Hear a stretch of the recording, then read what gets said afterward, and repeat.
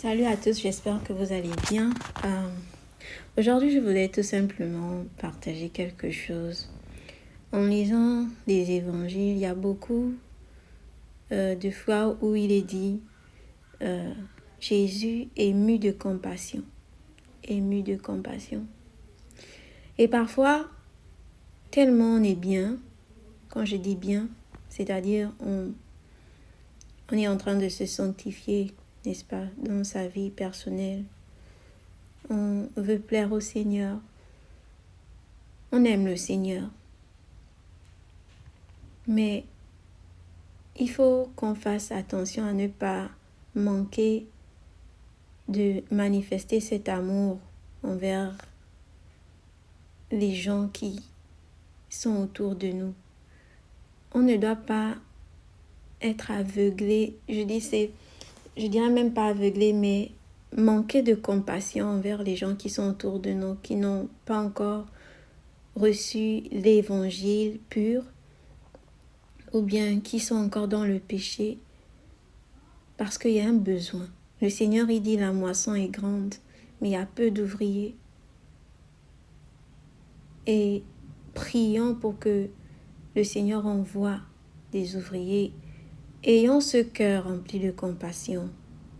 Quand on regarde le besoin autour, quand on sort même dans les rues, quand on marche, si ton cœur n'est pas attristé, si ton cœur n'est pas chagriné, mais si ton cœur est seulement en train de pointer du doigt et de dire « Oh, ils ne sont pas comme ça, ils ne sont pas comme ça.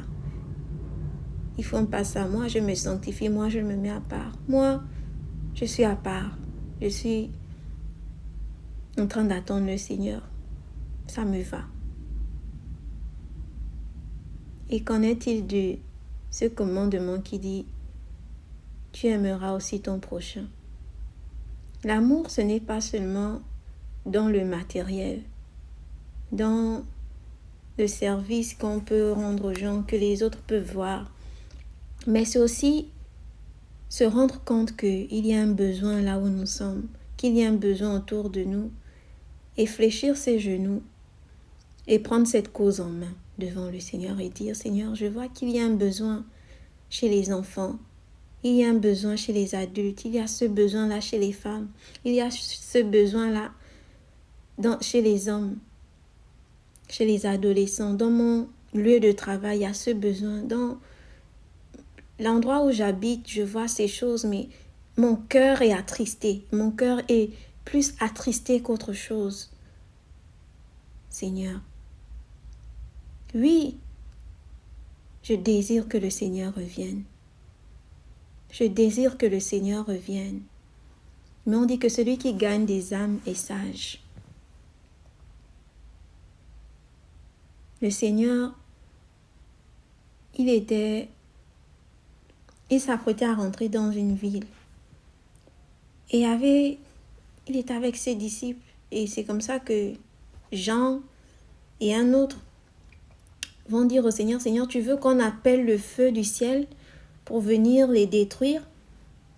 Vu que les gens de Samarie, je pense que c'était une ville de Samarie, et ils ne voulaient pas laisser Jésus passer. Et ils ont tout bloqué. Et c'est comme ça que les disciples disent, « Tu veux qu'on appelle le feu du ciel comme Elijah l'a fait ?» Et non, Élie, pas Élisée, Élie. Et c'est comme ça qu'il dit que, mais non, vous ne savez pas de quel esprit vous êtes animés. Parce que le Fils de l'homme n'est pas venu pour détruire la vie des hommes, mais pour les sauver. De quel esprit sommes-nous animés? Quand on pense que notre vie, ça nous suffit.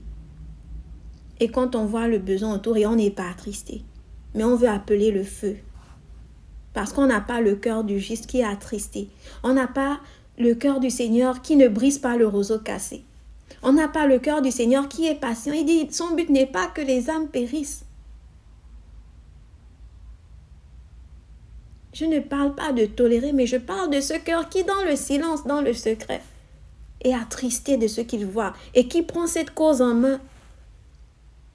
Qui dit, ce besoin-là, Seigneur, je prends la responsabilité. Je fléchirai mes genoux pour ces personnes.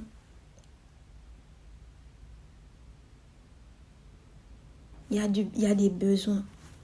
Je veux que le Seigneur revienne. Mais ne serez-vous pas triste d'être au paradis avec le Seigneur et qu'il vous dise, tu sais, si tu avais seulement vu le besoin qui était autour de toi, cette personne-là serait ici avec toi au paradis. Mais hélas, je ne sais pas quelle est la joie. La joie, c'est d'être avec le Seigneur. C'est lui notre joie. Mais le Seigneur a un besoin.